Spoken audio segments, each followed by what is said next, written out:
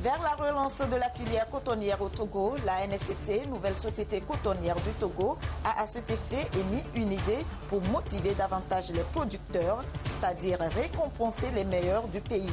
Et ceux qui se sont bien illustrés dans ce sens ont été primés. Ils ont reçu des tracteurs, des sacs d'engrais, des enveloppes financières et bien d'autres choses. Et puis les recherches se poursuivent pour localiser les boîtes noires de l'Airbus égyptien. Une défaillance du système des commandes du vol renforce la piste d'un accident technique.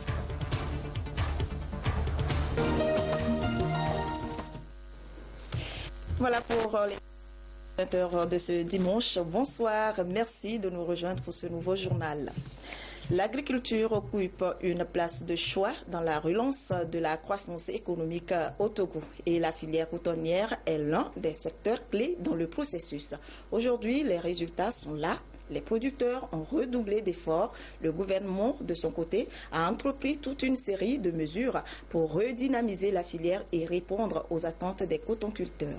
Les efforts de la relance de la filière cotonnière au Togo, c'est un dossier réalisé par Adolphe Paca.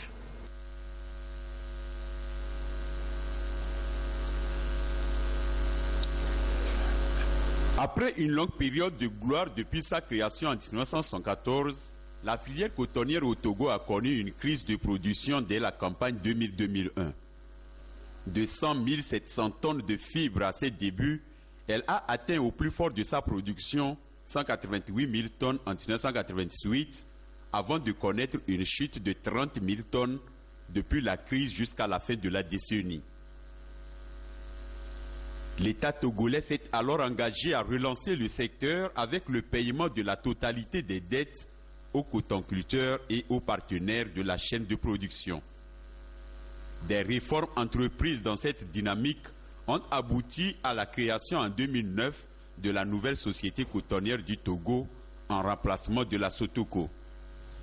Une nouvelle orientation pour la relance de la filière avec pour principal objectif de faire passer la production de 30 000 tonnes en 2010 à plus de 100 000 tonnes à partir de 2013 et viser 200 000 tonnes en 2022. Avec les réformes entreprises, il fallait créer la motivation au sein des producteurs, accroître les surfaces de production et rendre les intrants disponibles.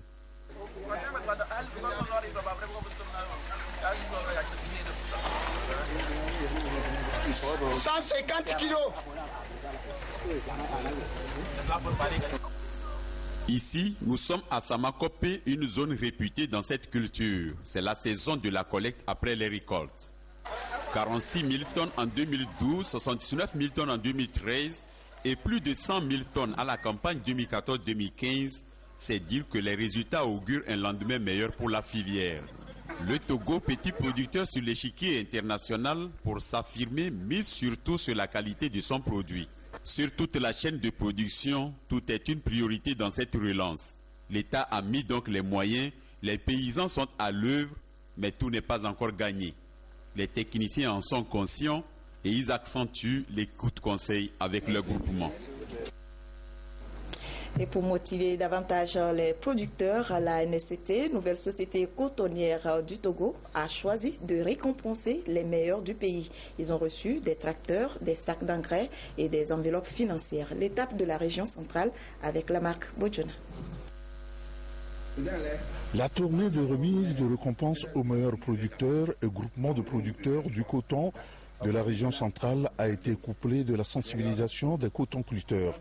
Elle a pour but d'inciter tous ceux qui œuvrent dans la filière cotonnière à la base à resserrer leur rang aux côtés de la NSCT pour booster durablement la production cotonnière dans la région.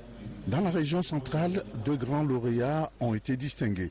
L'un dans la préfecture de Tchamba qui a gagné le prix fidélité au coton et l'autre Ablita qui a enlevé le prix du meilleur cotonculteur de la région pour la campagne 2014-2015.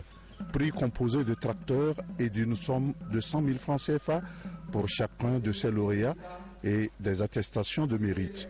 La meilleure productrice du coton de la région s'est vue offrir une moto tricycle et une enveloppe de 100 000 francs CFA. La joie qu'il y a en moi, elle est immense. C'est comme une épopée pour moi comme un rêve, dit jamais vu. Je crois qu'actuellement, la NSCT, en collaboration avec la FNGPC, ont pris de bonnes bases. Depuis que certains des autres se sont découragés, ils ne faisaient plus le coton. Moi, j'ai continué par faire le coton parce que je fais la diversification des cultures. Je fais plus le coton, je fais plus le maïs, tout produit céréalier je fais. J'en manque de mots puisque là où actuellement je suis immergé. Alors là, je remercie sincèrement vraiment de m'avoir fixé de loin. Puisque moi, j'étais dans mon coin, ne pensant même pas que je suis en train de faire quelque chose. Ce cadeau, ce joyau vraiment sympa, c'est vraiment un défi qu'on a lancé à toute la jeunesse togolaise. Alors, j'invite presque toute la jeunesse pour qu'ils s'y mettent. Les meilleures productrices et producteurs préfectoraux récompensés à Blita, Sotoubois, Sokodé et Tchamba ont reçu des enveloppes financières variant de 100 000 à 200 000 francs CFA, un pulvérisateur et des engrais vivriers. Plusieurs groupements ont été aussi gratifiés de prix. Leur récompense se situe entre 300 000 et 500 000 francs CFA. C'est pour amener une certaine émulation au niveau des producteurs pour que la production soit relancée. Quand nous étions arrivés en 2009, la production était descendue à 27 000 tonnes. Et notre mission est de relancer la production de façon durable. Et progressivement, nous sommes montés en 2014-2015, on a fait 114 000 tonnes. Bon, malheureusement, 2015-2016, il y a eu un problème de pluviométrie et la production a baissé. Nous sommes à 81 000 tonnes cette année. Mais nous comptons relancer avec telle que nous voyons la nature. Nous pensons que si elle continue, nous allons aller à 130 000 tonnes en 2016-2017. Les prix ont été remis dans chaque chef-lieu de préfecture, ce qui a permis aux représentants du pouvoir central de ces préfectures de remercier la NSCT pour sa politique et inviter les autres cotonculteurs à plus d'efforts pour être les lauréats des prochaines campagnes. Et face aux nouveaux défis sécuritaires auxquels s'exposent les populations, la Commission nationale de lutte contre la prolifération, la circulation et le trafic illicite des armes légères et de petit calibre s'est réunie avec les comités préfectoraux à Kara. Les échanges ont essentiellement porté sur les stratégies à adopter pour protéger la population togolaise. Nestor Mouzou. La CNLPAL, Commission nationale de lutte contre la prolifération, la circulation et le trafic illicite des armes légères et de petit calibre, est représentée dans chaque préfecture par un comité. Dans son plan de travail annuel 2016, la CNLPAL a prévu le renforcement des capacités des membres de ces comités. À Kara, ce sont les acteurs de la partie septentrionale du pays qui se sont retrouvés pour être outillés en vue de disposer des connaissances sur les nouveaux enjeux de la lutte contre la prolifération illicite des armes et les nouvelles formes de criminalité. L'objectif de notre atelier de ce jour est de renforcer les capacités des comités préfectoraux qui ont pour mission de relayer la commission à l'intérieur du pays. Nous assistons aux réunions, aux séminaires sur la stratégie à prendre en vue de pouvoir protéger la population civile. Bon, il est de notre devoir de temps en temps de pouvoir remonter à l'intérieur du pays et leur transmettre ce qui se dit un peu partout à l'extérieur. Les instruments régionaux de lutte contre la prolifération illicite des armes légères et de petit calibre, le traité sur le commerce des armes, principes, buts, objectifs et champs d'application, le terrorisme et ses nouvelles menaces sont les différents aspects qui ont été parcourus au cours de cette session. Les mêmes aspects seront repris dans quelques jours lors d'une autre rencontre de renforcement des capacités des comités préfectoraux de lutte contre la prolifération, la circulation et le trafic illicite des armes légères et de petit calibre de la partie méridionale du pays. Et les leaders religieux sont eux aussi mis à contribution pour lutter efficacement contre le terrorisme. Ils ont été appelés lors du Forum national des imams tenu à Kara à éviter dans leur prêche tout ce qui peut concourir à la violence. Nestor Mouzou. L'islam est considéré comme une religion de paix, mais l'agissement de certains musulmans laisse croire le contraire. C'est au nom de l'islam que les djihadistes sèment la terreur à travers le monde. Le sujet du terrorisme est au cœur de ce forum des imams et prédicateurs musulmans du Togo, à mettre à l'actif de l'Association togolaise pour l'appel à l'islam et l'éducation et l'Association Al-Wifaq pour le développement économique et social ex-Al-Moutanda Togo. Les prédicateurs constituent des canaux privilégiés pour toucher les masses. Les initiateurs du forum entendent passer par eux pour redorer l'image des musulmans aux yeux des fidèles des autres confessions religieuses. Il y a quelques années, quand on parle du terrorisme, c'est très loin de nous et on pense que c'est l'affaire des autres. Mais aujourd'hui, nous constatons que à nos portes, il y a beaucoup de choses qui se passent. Voilà pourquoi nous nous sommes dit, nous n'allons pas rester les bras croisés, la communauté musulmane, parce que ce que nous voyons sur les médias, etc., où on tue, on attaque, etc., au nom de notre religion, qui en réalité est une religion de paix, nous nous sommes sentis interpellés.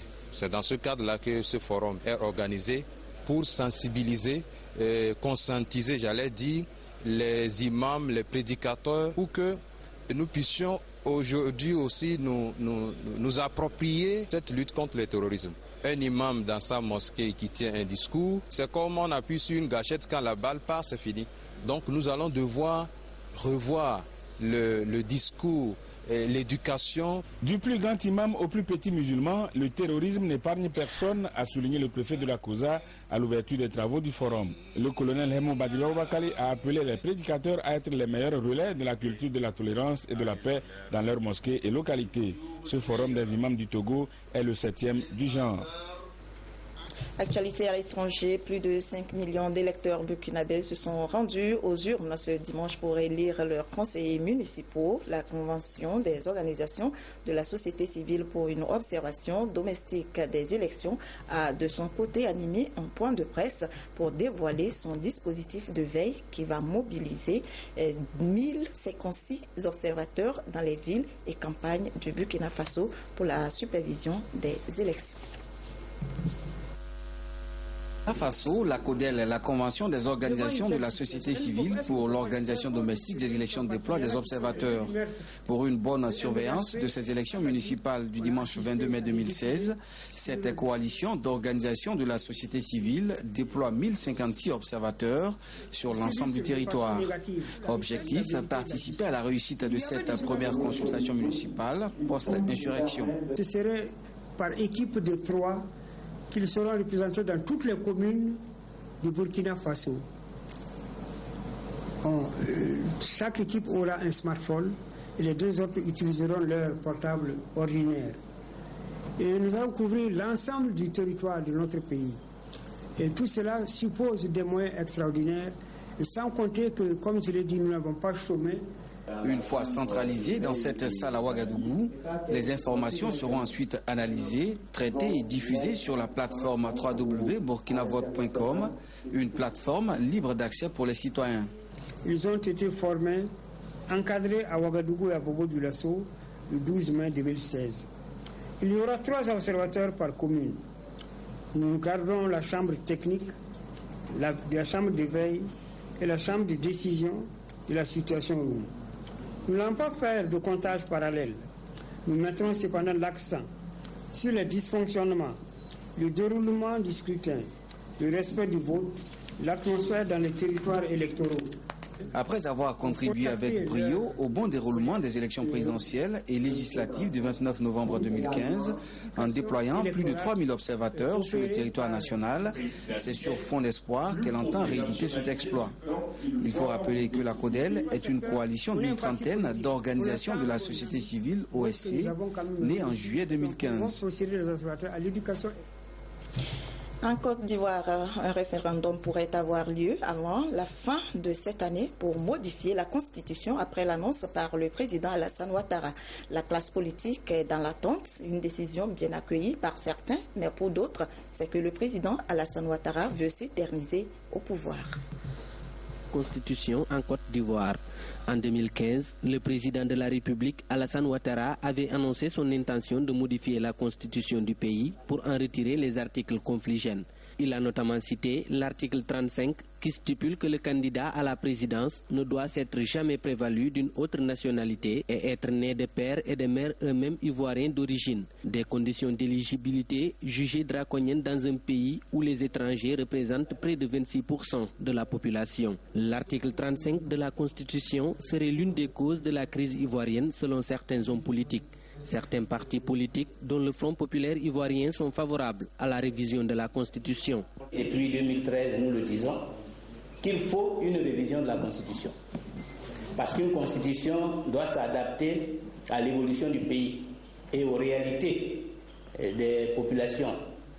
Or, nous savons que la crise que nous vivons tire aussi une part de sa source dans l'inadéquation de la Constitution. Nous savons aussi que cette Constitution, bien qu'elle constitue une avancée par rapport à la Constitution de 59 et de 1960, comporte encore des insuffisances. Par exemple, sur toutes les questions liées aux libertés et aux droits de l'homme. Par exemple, sur la question de l'équilibre des pouvoirs. Par exemple, sur la question de l'indépendance de la magistrature et de l'appareil judiciaire. Cette position est combattue par d'autres partis politiques opposés à la révision de la Constitution. Ce serait une manœuvre politique du président Alassane Ouattara pour se maintenir au pouvoir, selon Mamadou Koulibaly, président de Liberté et Démocratie pour la République. Il a envie de se représenter président de la République en 2020. Cette disposition le gêne et il a envie de l'enlever. Et nous nous disons non. Un mandat, deux, ça suffit. Une autre disposition de l'article 35, c'est que le président de la République a un mandat renouvelable, mais à partir de 75 ans, on ne peut plus être candidat à la présidence de la République. Cette disposition gêne Ouattara, qui a dépassé les 72 ans, et en 2020, il aura dépassé les 75 ans, et il n'est pas question pour lui de renoncer au pouvoir. Voilà les deux dispositions qu'il a envie de changer. La constitution actuelle de la Côte d'Ivoire a été élaborée par une commission constitutionnelle, consultative et électorale et votée le 23 juillet 2000 à 86% par les Ivoiriens. C'était à l'occasion d'un référendum organisé par la transition militaire, alors dirigée par le général Robert Gueye. Le gouvernement ivoirien n'a pas encore dévoilé le texte qui sera soumis au référendum avant la fin de l'année 2016. Il pourrait apporter de grands changements dans l'ordre constitutionnel du pays, puisque le président Alassane Ouattara a évoqué l'idée de l'instauration d'une vice-présidence de la République. Actualité internationale toujours avec les suites du crash de l'Airbus égyptien en Méditerranée. Les recherches se poursuivent pour localiser les boîtes noires. Toutes les hypothèses sont possibles, mais une défaillance du système des commandes du vol renforce la piste d'un accident technique. Écarté, aucune autre privilégiée. Après les cafouillages, Le Caire et Paris sont maintenant sur la même tonalité. Au moment où la piste terroriste semble s'éloigner au profit de celle de l'accident, après les révélations de ces dernières heures confirmant la présence d'une intense fumée à bord de l'appareil, quelques minutes avant la disparition de l'avion. Jouer la carte de la prudence en attendant de pouvoir récupérer les deux boîtes noires de l'Airbus A320, à condition bien sûr de pouvoir les localiser. Un sous-marin capable d'effectuer des recherches par 3000 mètres de profondeur se rend vers la zone du crash. Les boîtes noires peuvent émettre des signaux pendant encore 4 ou 5 semaines avant que leur batterie ne soit épuisée. L'autre priorité est de retrouver les corps des 66 victimes. En retour au Togo, une nouvelle opportunité s'offre aux conducteurs de véhicules. Eh bien, l'entreprise DET, Dépannage Les Experts du Togo, vient d'ouvrir ses portes. Ces prestations enlèvement et rapatriement des véhicules de leurs occupants dans les minutes qui suivent en cas de panne ou d'accident. Le lancement des activités a eu lieu ce vendredi à Lomé.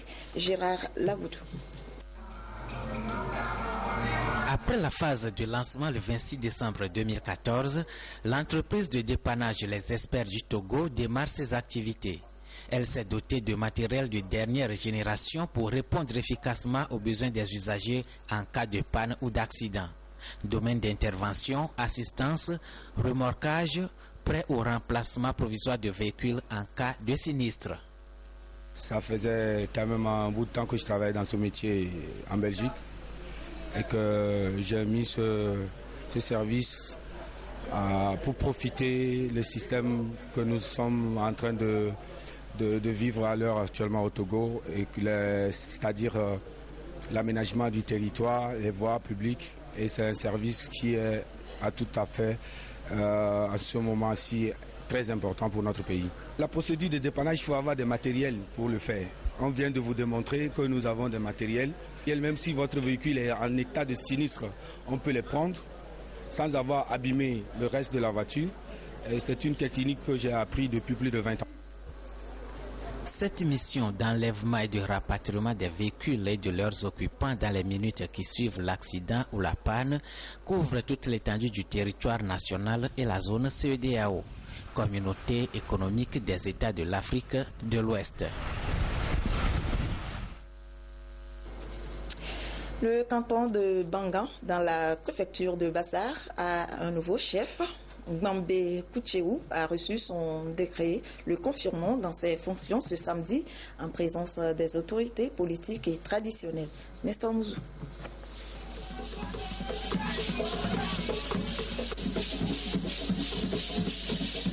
Les populations de Bangan sont en joie. Elles célèbrent l'intronisation de leur nouveau chef.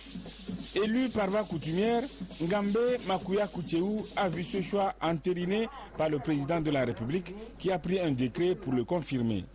À partir de cette cérémonie, il est devenu aux yeux du monde le garant des us et coutumes de Bangan. Son décret lui a été remis par le préfet de Bassar. Comme cela se fait en pareille circonstance, le préfet lui a signifié les exigences de la fonction. Un vrai chef, M. Koucheou Ngambe Makuya, c'est celui qui est le miroir de sa population. Il est la référence dans son canton. Le vrai chef doit être correct dans sa tenue, modéré dans son langage et juste dans ses décisions. C'est celui qui se bat pour la cause de sa population. Le développement du canton doit être l'une de vos préoccupations. Le ministre des Infrastructures et des Transports, natif de la préfecture de Bassar, s'est lui aussi adressé au nouveau chef et à ses administrés. Il leur a demandé de s'apprêter pour le processus de communalisation annoncé.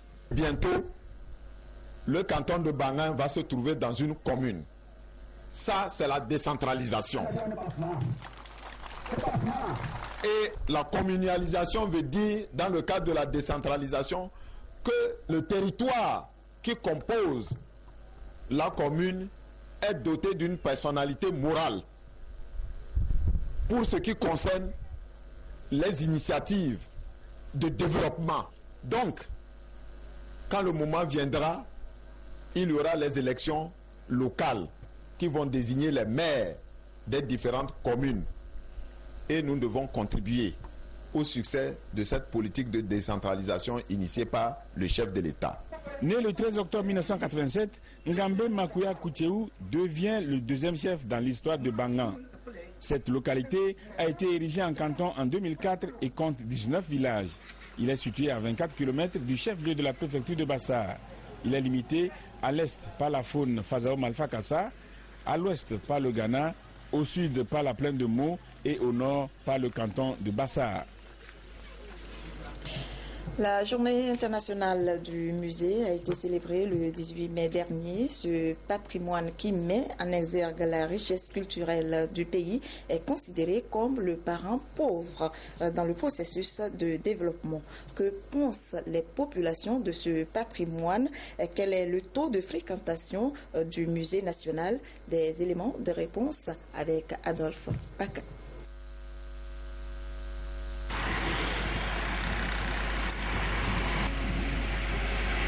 il n'y a pas la culture de musée tellement pour les Togolais. Les Togolais ne comprennent pas ce qu'on appelle le musée.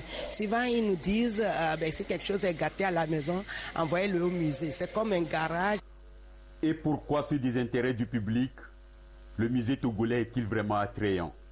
Il faut faire encore plus. Au Togo, c'est un secteur qui peine à décoller. La fréquentation n'est pas régulière. Mais bon, annuellement, on peut envoisiner les 75%. On enregistre beaucoup d'étrangers qui sont là, des touristes qui visitent. Et à Lomé, ceux qui viennent, c'est des expatriés ou le corps diplomatique qui viennent au musée. La viabilité du musée se joue par le renouvellement de ses collections, mais aussi et surtout par l'animation et la médiation.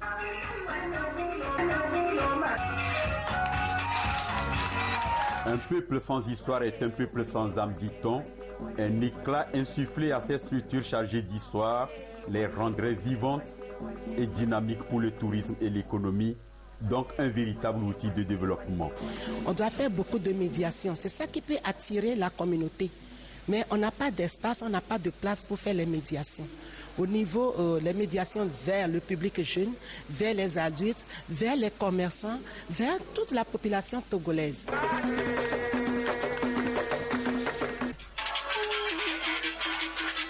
Nous sommes sur réseau touristique. Quand les touristes viennent, par le musée national, ils comprennent nos patrimoines, ils voient déjà ce qu'on a comme patrimoine culturel, comme patrimoine ethnographique et le côté artistique du Togo.